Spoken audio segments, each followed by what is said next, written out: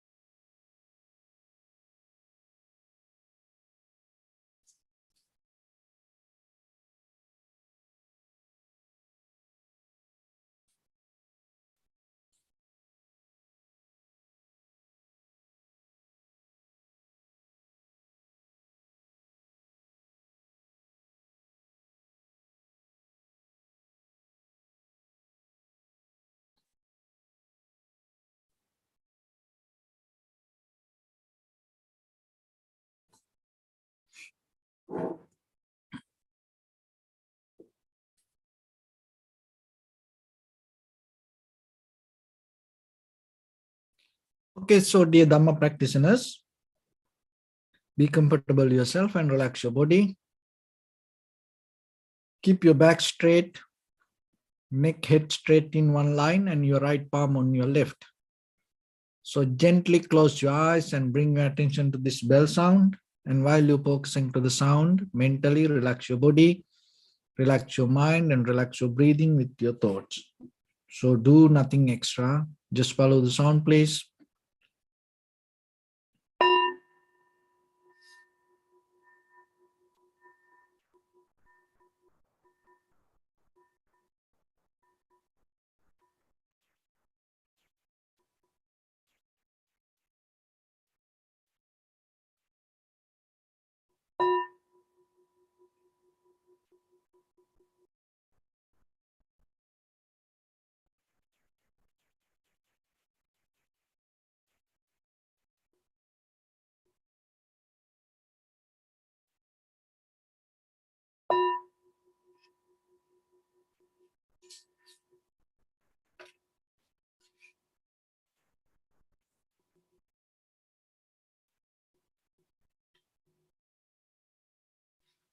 Namo tassa bhagavato arahato samma sambuddhassa. Namo tassa bhagavato arahato samma sambuddhassa. Namo tassa bhagavato arahato samma sambuddhassa. Homage to the Blessed One, the Exalted One, the fully enlightened One. So, dear Dhamma practitioners, in these ongoing meditation sessions, we mainly try to give some basic information for yourself to work and build up a very clear, good foundation for your own spiritual practice. So when it comes to meditation, as you know, nowadays there are many kind of meditation techniques, many kind of methods. But here we mainly practice tranquility meditation and insight meditation. So the tranquility meditation, we call it in Pali, the Samatha Bhavana, or another way we can call Chitta Bhavana, serenity meditation. And for the Vipassana, we call the insight meditation, we call Vipassana or Panya Bhavana, or another way we call it analytical meditation. So in the beginning, most of time, we practice tranquility meditation as a basic foundation. Why we need that? But it is not kind of like a, definitely you have to do like, no, there are some people naturally, they have talent, they have ability to go into analytical meditation. So one of the major important thing in the meditation you have to remember, don't categorize kind of like a permanent way. We use this all the informations, and we use this all the tools to work ourselves, not to attach to anything, not to kind of like a permanently hold, or not to build up a permanent mental structure inside us.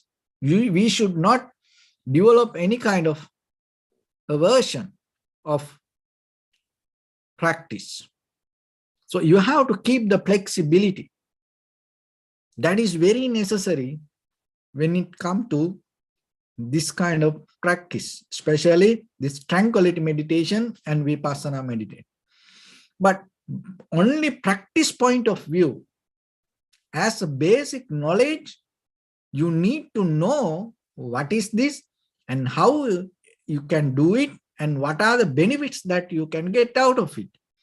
But once you come to practice, as example, some days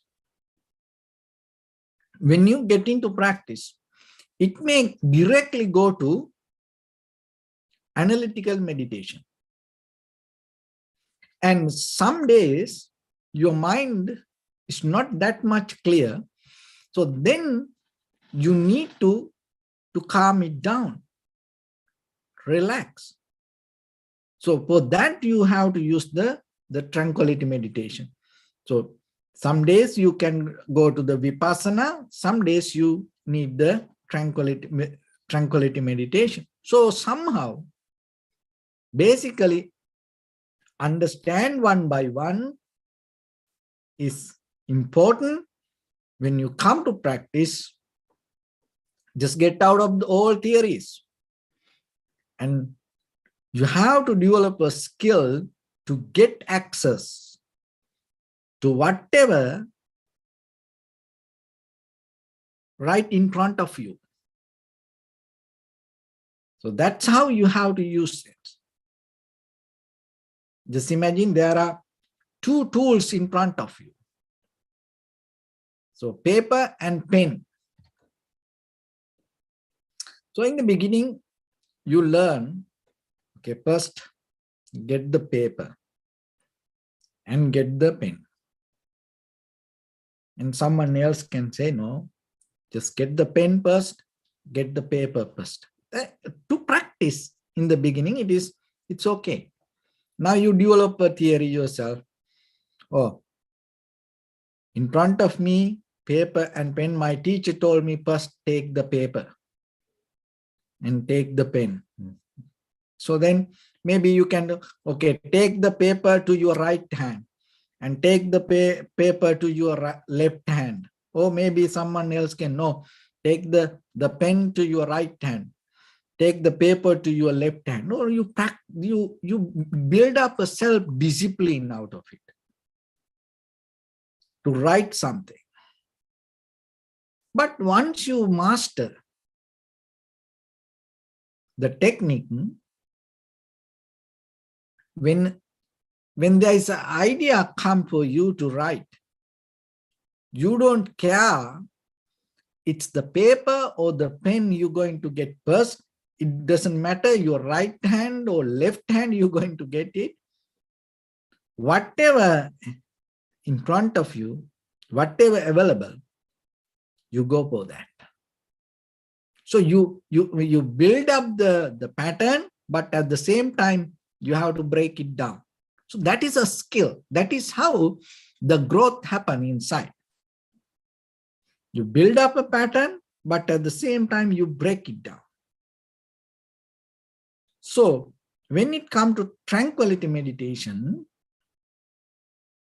it helps us to calm down our mind, because our mind always follow thoughts and clinging to desires, and maybe dealing with feelings or the emotions, or feeding emotions. So that kind of, the mind is always interfere with thoughts. So sometimes that situation that we create inside our mind disconnects us from the moment. So with that disconnected mind, we can't get access to the clarity in the moment. So that's why in the beginning, we calm down.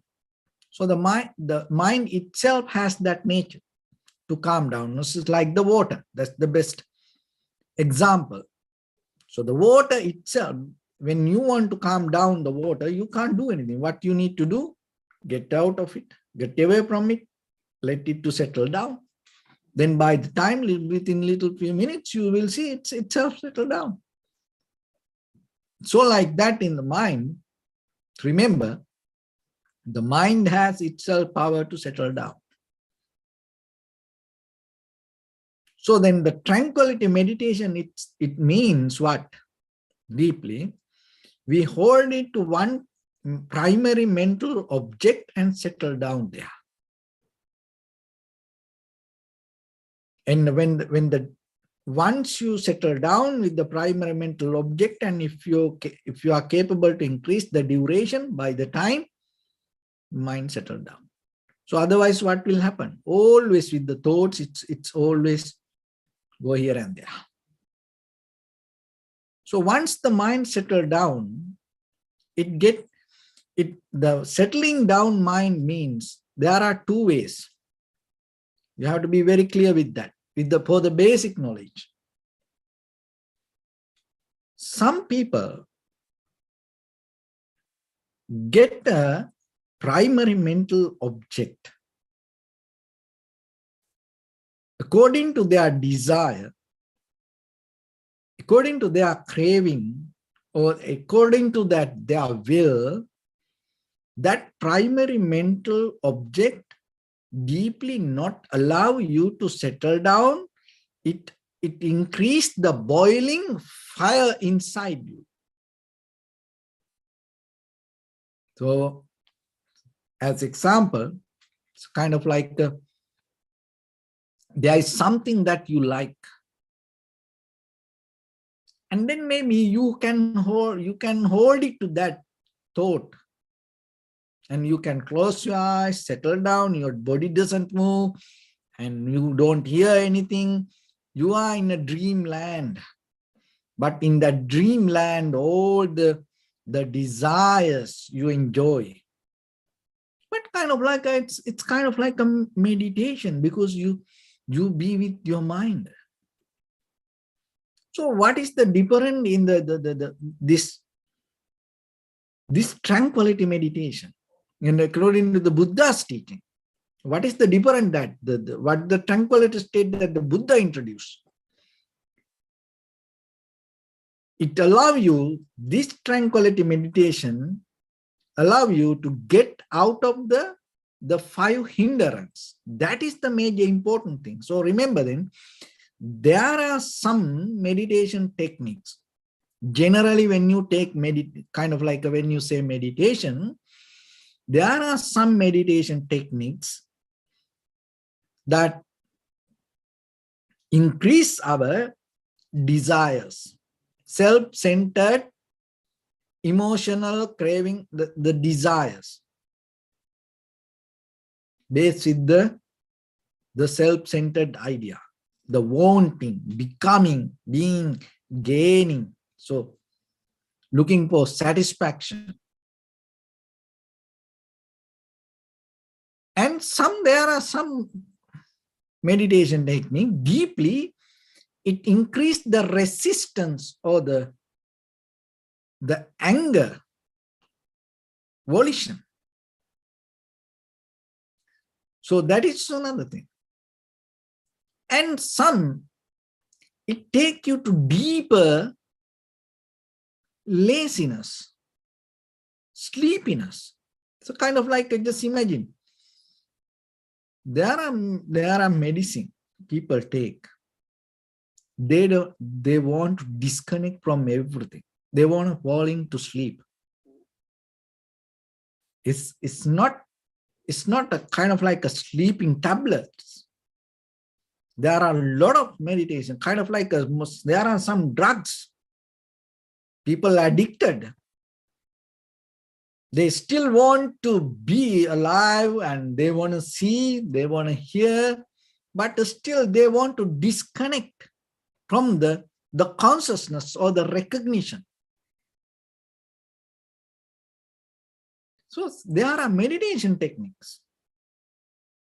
I don't want to mention that names, but still it's very famous. People pay a lot of money, go to fly to different countries, and then kind of like a huge group of people, and they get lost their mind in front of that, and then after that, when they get lost there, and that when they fall into that deeper sleepiness and wake up, they feel, oh wow, what, I don't know what happened to me.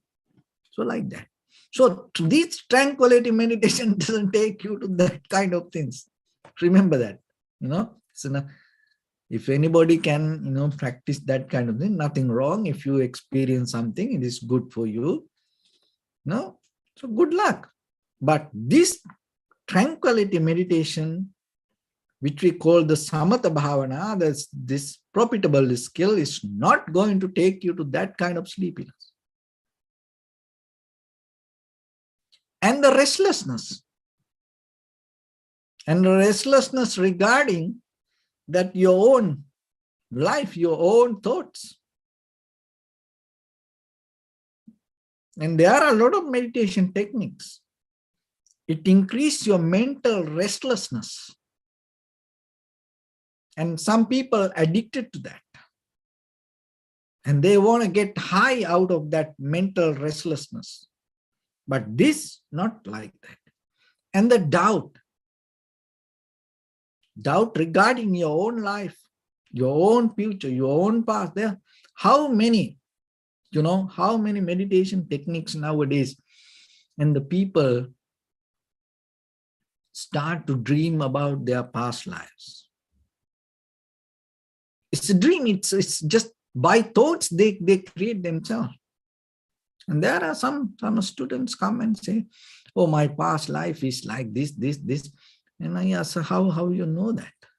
No, one day I meditate, then the thought came to me, and I start to meditate about that thought. And so you can get any thought and you can create anything. That's the very nature of mind. But if you take it as a reality, then you're going to have a big trouble. In the mind, there is a hidden nature. Remember this. When you imagine something, the mind, the way your mind behaves, the chemical that you release, the experience that you go through,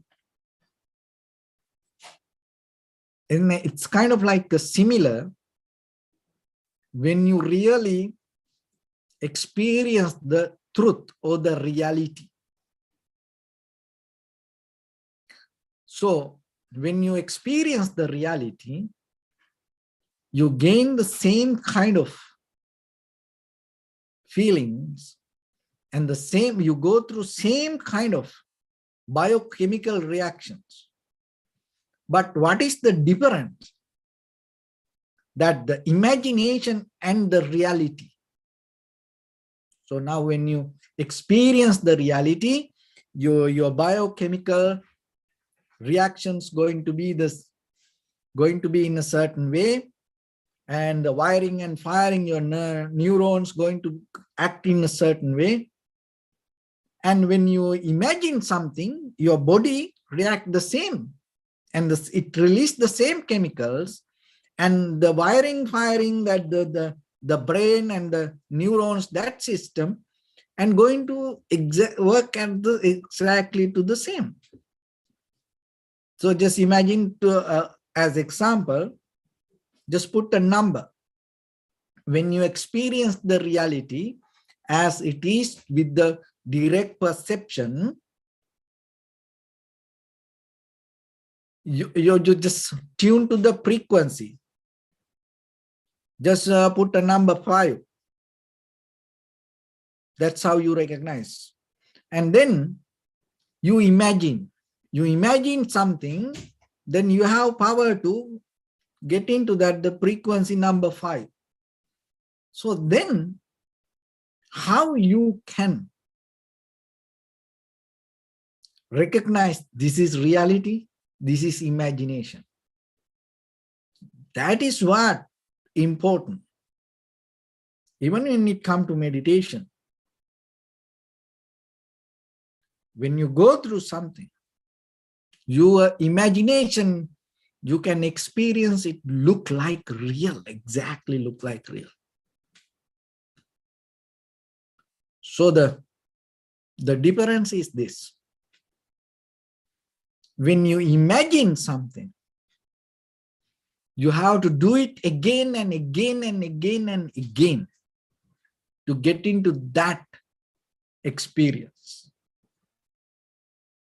But with the reality, it happened only one time for you, and after that, you're not going to go back and get into again. So once you reach to that level, it is irreversible, and you're going to be there from that point to. It's kind of like you have ability to multiply itself. But imagination, it's not like that. To reach to that frequency, it look like real, but to reach to that, every day you have to come to that imagination. Again and again, you have to do it. So that is the difference between the imagination and the reality experience. And somehow that tranquility meditation not develop your 5 hindrance. So then remember, whatever the meditation technique that you practice, you have freedom to get it. But when it comes to that tranquility meditation, it is your responsible. If you look for the liberation, if you look for the wisdom, the clarity, so then remember, it is very important to reduce the power of the hindrance. So this meditation technique, this tranquility meditation, will help you to tranquilize and reduce the power of the hindrance, then according to the Buddha's teaching. And because to go into vipassana, you have to reduce the power of the hindrance. With the hindrance, you can't go to the vipassana. So when you reduce the hindrance, what happened to you? When you reduce the hindrance, you are capable to see things, hear things, smell things, taste, feel things as it is. So that is what happened. You are capable to experience things as it is. And in that very moment, so that is the clarity you gain. And then from there, when you go to analytical meditation, you are capable to understand how it come to be as it is. That is where the causation you understand, that is where your wisdom arises.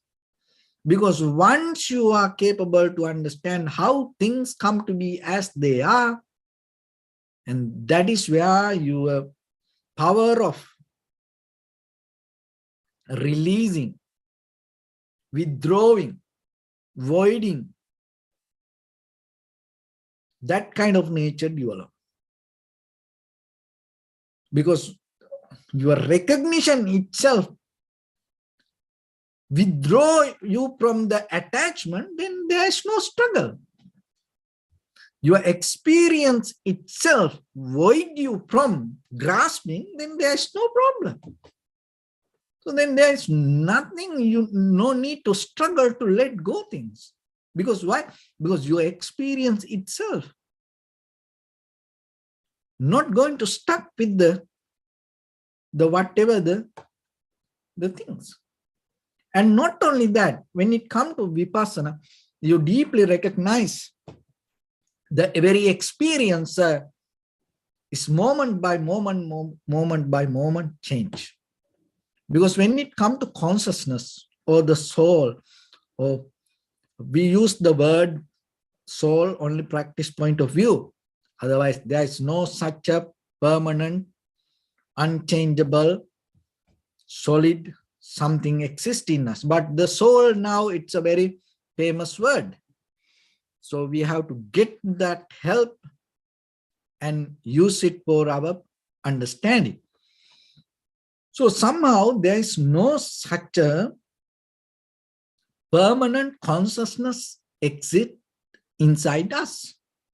So the consciousness also moment by moment change depending on our perception. So understanding is that is it's a kind of like a challenge for us. Because we think, oh, I experience, there is a I, there is me, unchangeable, permanent me inside this. But when it comes to the Buddha's teaching, and when you go through the vipassana, you recognize it's the moment by moment, the experience change, and that continuation of that change you can name as the self. We can't deny there is no self. Otherwise, who is this? But there is no permanent, unchangeable self or the consciousness. So as example, it's like this. So just imagine this.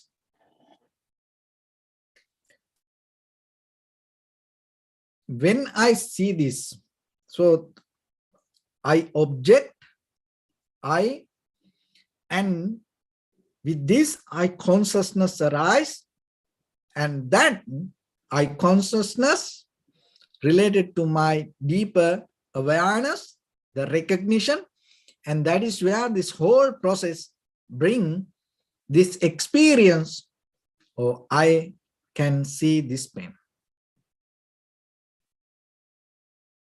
So then that my awareness or my consciousness related to this pain arose with this whole process, not before, not later. So as example, now I don't have that experience. Now happened with my mind consciousness. So the mind think about that pen, and then out of that, my consciousness experience the pen related to the mind, not with my eye consciousness. So this arise in the very moment when my eye touch this. So not before, not later. And the thing is this, when I experience the remote, anymore that my eye consciousness, the eye, the remote eye, and this all the eye consciousness. The feelings, the contact bring the eye consciousness. And anymore, with my eye consciousness, I can't get that pen. If I get that pen, it's nothing to do with this eye consciousness, it's going to go with my mind. So if I experience this with my eye at this very moment, and what happened, not before, not later, right now, right here, my eye consciousness arise, and as a result of that, my awareness going to be with this. So that's mean, according to your eye, ear, nose, tongue, body, mind, object, and the contact and the consciousness, your awareness going to change. So then there is no such a unchangeable awareness inside you. It's always arise, not before, not later, but right with the contact. So it's a whole in the process. So then, if once you recognize that you drop the becoming nature, because that the becoming nature, that the desire to become, that you want something come out of your mind consciousness. And how about if you are settled down with the moment of experience?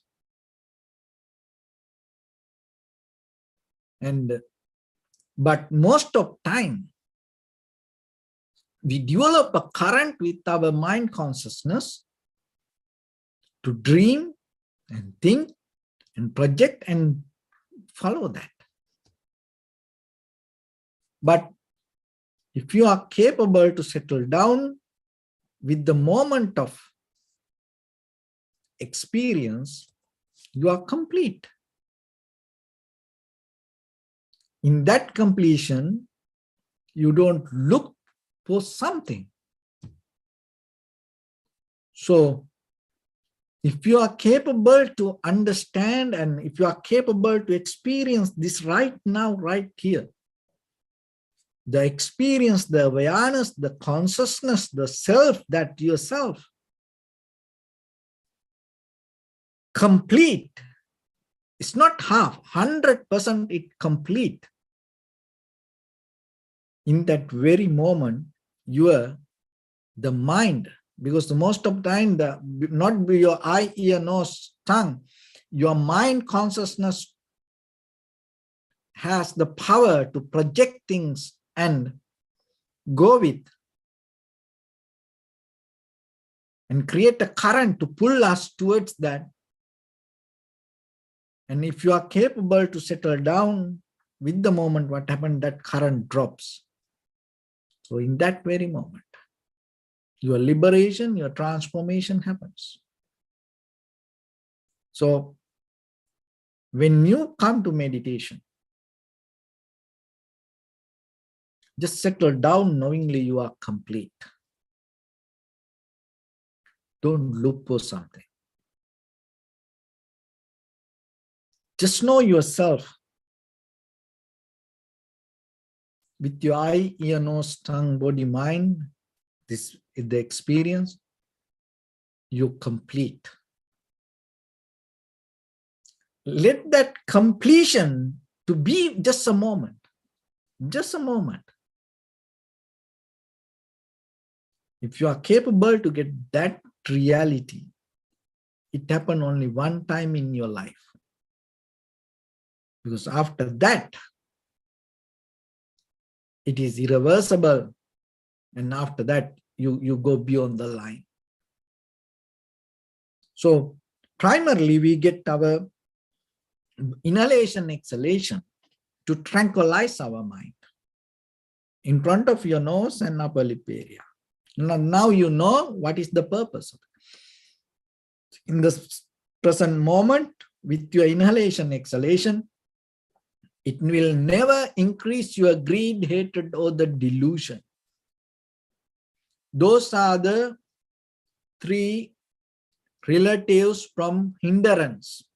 Hindrance bring this all the greed, hatred, and the delusion.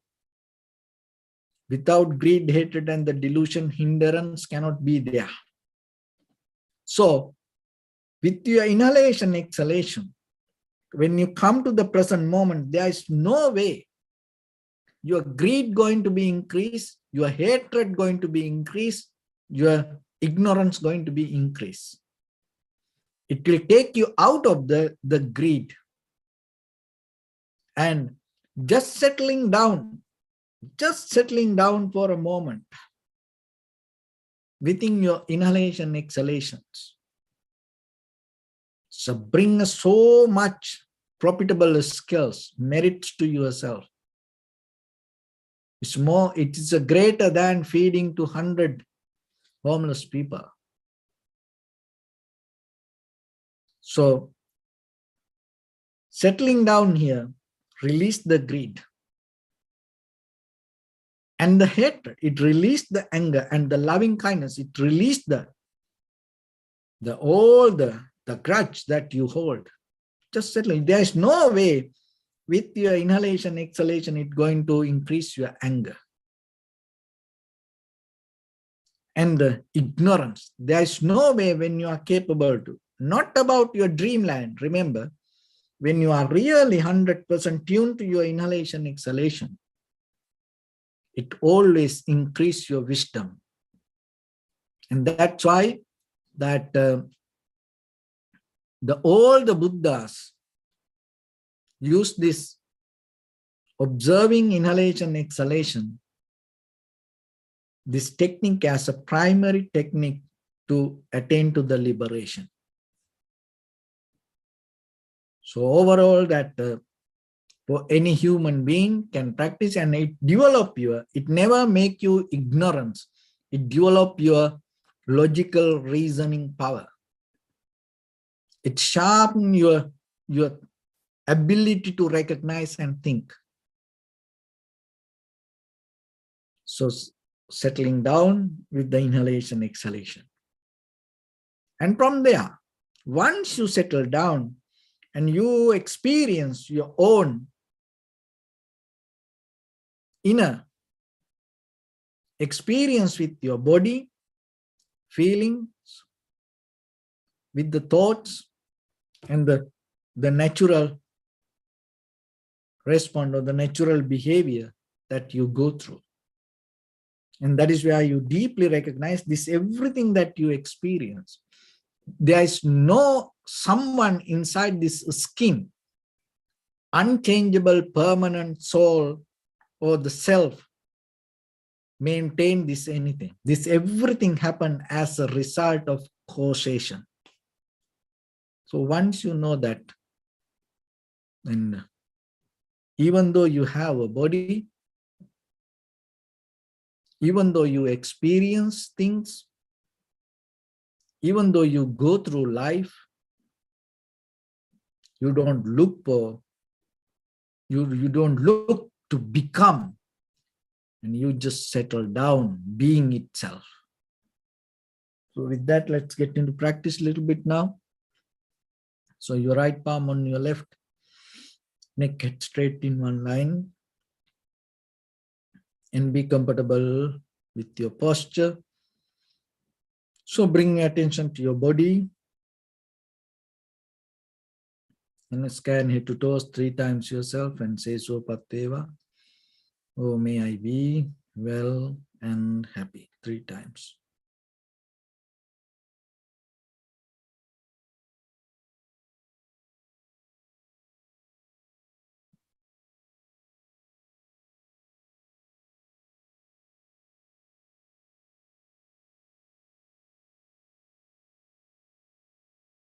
Take a moment and think. We gathered here in this moment to practice this ancient meditation technique. All the Buddhas, all the enlightened masters followed this path and achieved wisdom. So we also gathered here to accumulate that knowledge.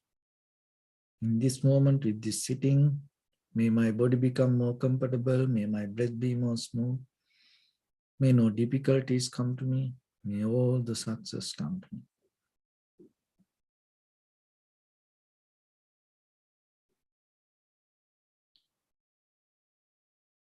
Also think for a moment, this is the last moment we're spending in this very lifetime, and detach your mind from all your past memories and as well as any kind of future thoughts.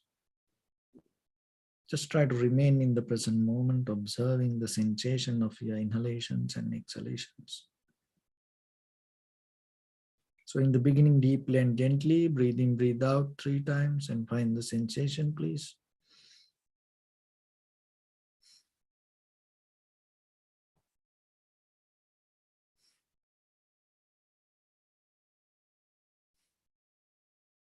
And allow your inhalations, exhalations happen itself.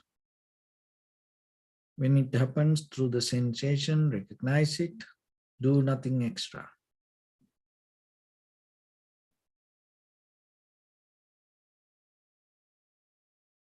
Allow everything to settle down as it is.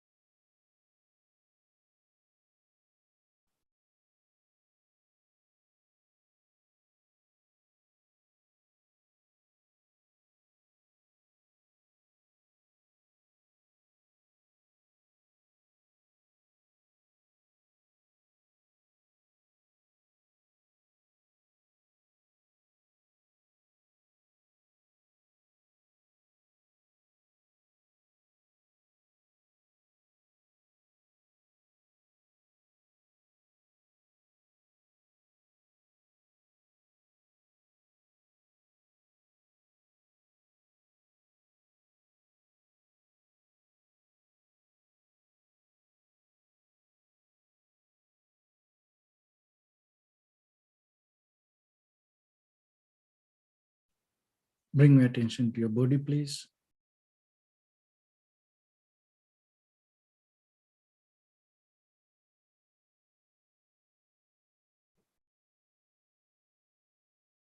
Observe your posture.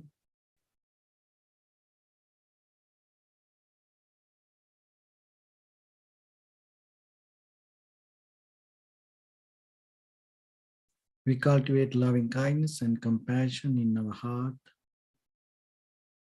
and radiate it as a light through entire your compound, village, city, state,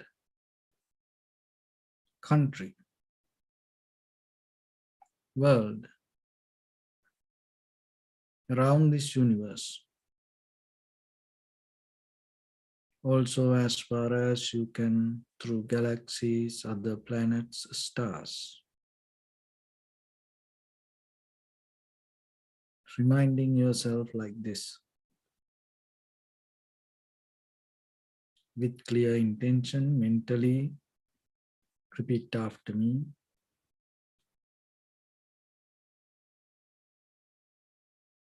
May all living beings in this universe be well and happy.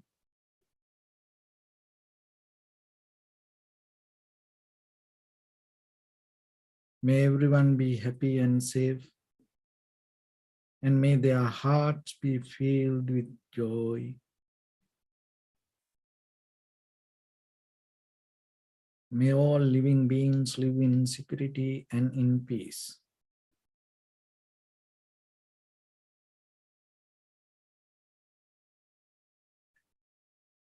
Beings who are frail or strong, tall or short, big or small, visible or not visible, near or far away, already born or yet to be born.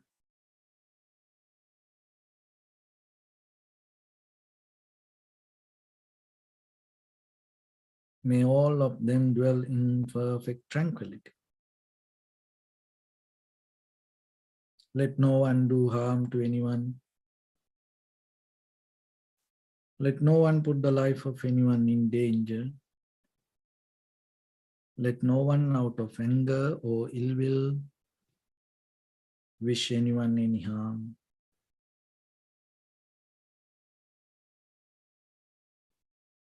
Expand the loving kindness and compassion beginning from your heart.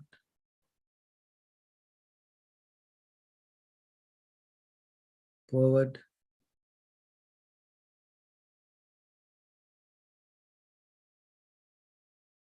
Visualize yourself and send it as a light.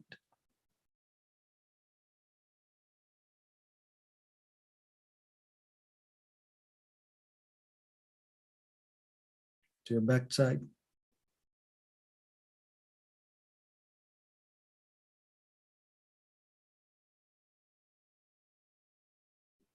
To your left side.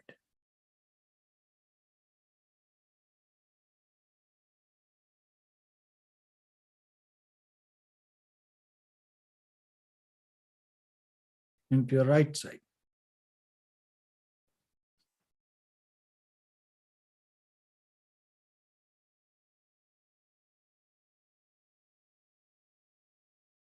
Downward.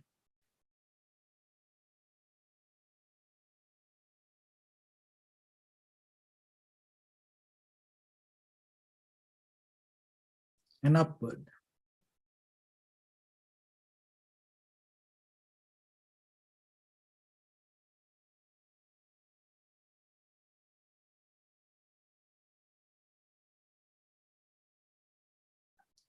To all 6 directions at once. Like the moon, the sun, spread the light, spread the energy without any condition, without any limitation, without any resistance or without any judgment. Let your heart to shine with the loving kindness and compassion from the bottom of it, with the maximum effort to the highest, wishing yourself, may all living beings in this universe be well and happy.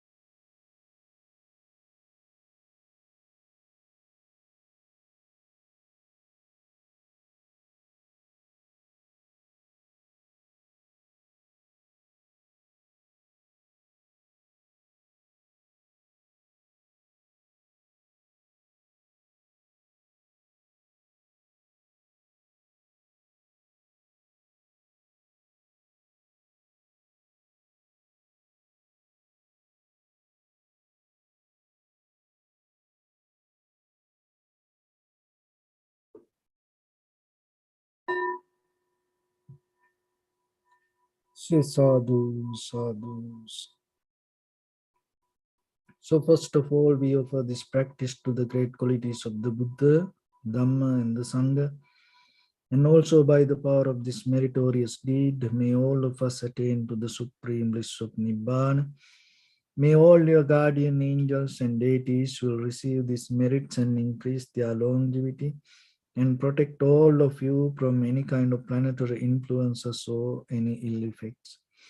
Ittavatacha sampadam punya sampadam sabbe deva anumodantu sabba sampatti siddhya sabbe bhuta anumodantu sabba sampatti siddhya sabbe satta anumodantu sabba sampatti siddhya Imaya Dhamma Nudhamma Patipattiya Buddham Pujemi Dhammam Pujemi Sangham Pujemi Attaya Imaya Patipattiya Jati Jara Vyadi Maranam Ha Paribunjisami Idamme Punya Kammanga Savakkaya Vahang Hotu Sabba Dukkha Pamunchatu.